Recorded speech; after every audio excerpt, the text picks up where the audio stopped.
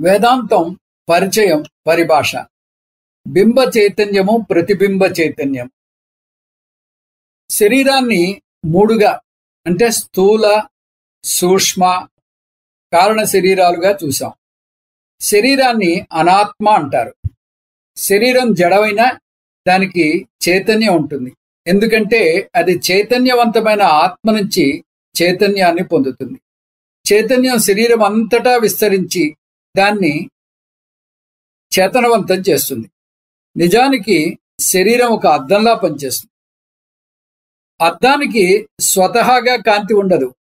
అద్దాన్ని తీసుకెళ్లి సూర్యకాంతి ముందు పెడితే అద్దంలో సూర్యకాంతి ప్రతిబింబించి అద్దంలో కూడా కాంతివంతం అవుతుంది. అద్దానికి కలిగిన ప్రతిబింబ కాంతి వల్ల అది తక్కిన వస్తువుల్ని కూడా కాంతివంతం చేయగలదు.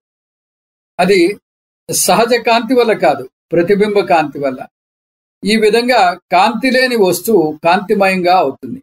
అలాగే జీవం లేని వస్తువు చైతన్యవంతం అవుతుంది ప్రతిబింబ చైతన్యం వల్ల. ఆ విధంగా ప్రతి శరీరానికి ఒక ప్రతిబింబ చైతన్యం ఉంటుంది. ఈ శరీరాన్ని మూడు భాగాలుగా చూస్తాం కాబట్టి మూడు ప్రతిబింబాలు ఉంటాయి. సర్వవ్యాపకమైన ఆత్మ బింబ చైతన్యం, శరీరం ప్రతిబింబ చైతన్యం. అలాగే చైతన్యం ప్రపంచాన్ని కూడా చేతనవంతం చేస్తుంది.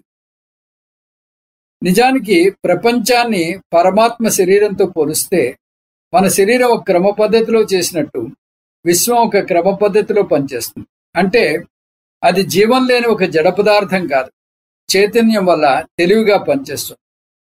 మూడు శరీరాలు ఉన్నట్టే ప్రపంచాలు మూడు ఉన్నాయి.